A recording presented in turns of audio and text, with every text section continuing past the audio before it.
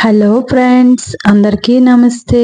ఈరోజు మన కిచెన్లో వచ్చేసి పప్పు చేగోడాలండి. గుర్తున్నాయా? ఇవి 5 రూపాయలకి ఒకటి లెక్క అమ్మేవారు కదా, ఇప్పుడు కూడా అంతే. మరి ఇవి ఈజీగా ఇంట్లోనే ఎలా తయారు చేసుకోవాలో చూసేద్దాం రండి. ఎన్ని రోజులైనా మీకు నిల్వ ఉంటాయి. దీనికోసం ముందుగా శనగపప్పు నానబెట్టుకోవాలి. నేను ఇక్కడ ఒక కప్పు నానబెట్టుకున్నాను, అంటే 150 గ్రామ్స్ శనగపప్పు అయితే నానబెట్టేసుకున్నాను. ముందుగా నానబెట్టేసుకొని ఇలా 2 అవర్స్ నానబెట్టేసుకుని ఇలా ఒక క్లాత్ మీద వేసి అది మొత్తం వాటర్ ఉండకుండా తుడిచేసుకోవాలండి. ఇలా మొత్తం పొడి పొడిగా, మనకి నార్మల్ శనగపప్పు అయితే ఎలా ఉంటుందో అలాగే పొడి పొడిగా ఉండేటట్టు కాసేపు ఆరబెట్టుకొని చూడండి. వీడియోలో చూపించిన విధంగా ఇలా తయారు చేసి పెట్టేసుకోవాలి. వేరే బౌల్లో చూడండి, ఈ బౌల్తో నేను సన్న బియ్యం పిండి, చిన్న బౌల్తో మైదా పిండి తీసుకున్నాను. ఒక కప్పుకి ఒక హాఫ్ కప్ మైదా పిండి తీసుకున్నానండి. నేను ఇక్కడ ఒక కప్పు బియ్యం పిండికి ఒక కప్పు మైదా పిండి. ఇప్పుడు అదే కప్తో వాటర్ కూడా తీసేసుకోవాలి. ఒక ప్యాన్ తీసేసుకొని దాన్ని స్టవ్ మీద పెట్టి అది హీట్ అయ్యాక ఒక కప్పు వాటర్, మనం 1.5 కప్ తీసుకున్నాం కదా, 1.5 కప్పే తీసుకోవాలి. వాటర్ కూడా సేమ్ మనం ఎంత పిండి తీసుకుంటే అంత వాటర్ తీసుకుంటే దీనికి సరిపోద్ది. దీంట్లోనే రుచికి సరిపడా సాల్ట్, 1 టేబుల్ స్పూన్ కారం, 1 టేబుల్ స్పూన్ చిటికెడు పసుపు,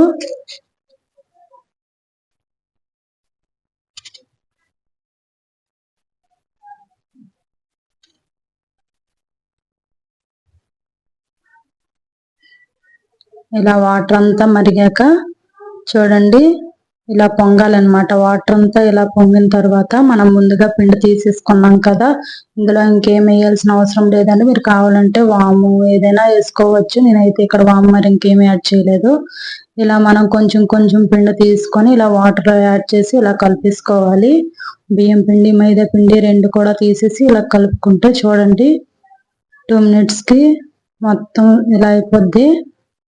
ఇలా అయిన దాన్ని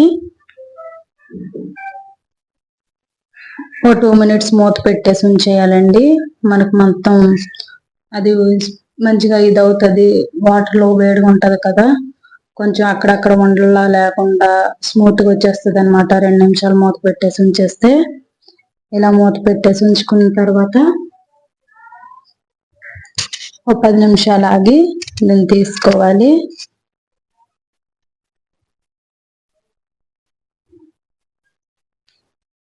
ఒక 10 నిమిషాలకి ఇది పిండి అంతా చల్లారి ఇలా అవుతుంది చూడండి సాఫ్ట్గా. దీంట్లో ఒక 1.5 స్పూన్ ఆయిల్ వేసేసుకోవాలి. 2 స్పూన్స్ తీసుకున్న ప్రాబ్లం ఏం లేదు.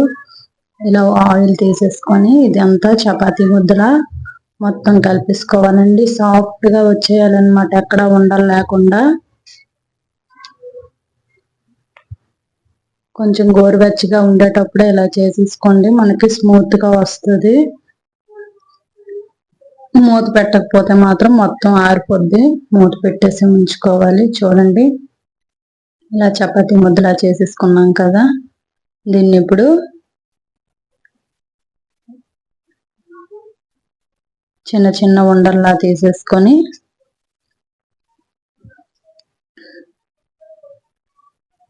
మనం చేగడాలు అయితే రెడీ చేసుకుందాం. దీనిపైన మూత పెట్టేసుకోండి, కాకపోతే క్లాత్ అయినా వేసుకోండి, కాకపోతే పిండి ఆరిపోతుంది. ఇలా చూడండి, చేతికి కొంచెం ఆయిల్ అప్లై చేసుకొని ఇలా మీరు పీట మీద అవ్వచ్చు, మీసల్ అదే గ్యాస్ స్టవ్ దగ్గర ఉంటుంది కదా, పలక మీద అయినా అవ్వచ్చు. మీరు ఎలా చేసేసుకోండి. ఇది కొంచెం నేనైతే ఇక్కడ కొంచెం మందంగానే చేస్తున్నాను, పలుచగా చేయలేదు. శనగపప్పు ముందు వేసేసుకొని శనగపప్పు మీద ఇలా పాముకోవాలి. చూడండి,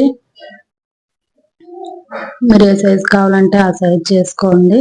నేనైతే ఇక్కడ కొంచెం పెద్దగానే చేసుకున్నాను, మీరు చిన్నగా చేసుకున్నా అది మీ ఆప్షన్. ఇలా శనగపప్పు అంతా పట్టిన దాన్ని మనకి ఏ సైజులో కావాలంటే ఆ సైజులో కట్ చేసేసుకోవాలి. కట్ చేసేసుకొని చేగోడిల్లా చుట్టుకోవడమే.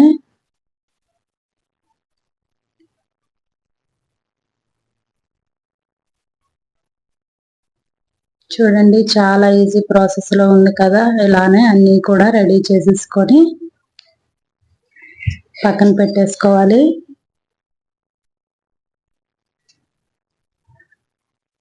దీనికోసం ప్యాన్ లో ఆయిల్ తీసేసుకొని మరి హై ఫ్లేమ్ లో కాకుండా మీడియం ఫ్లేమ్ లో మరిగించుకొని మనం ముందుగా రెడీ చేసి పెట్టుకున్నాం కదా ఫ్రెండ్స్, ఆ చెగోడీలను అయితే దీంట్లో వేసేసుకొని మీడియం ఫ్లేమ్ లోనే ఫ్రై చేసుకోవాలి. హై ఫ్లేమ్ లో అయితే మాడిపోతే లోపల ఉడకవు.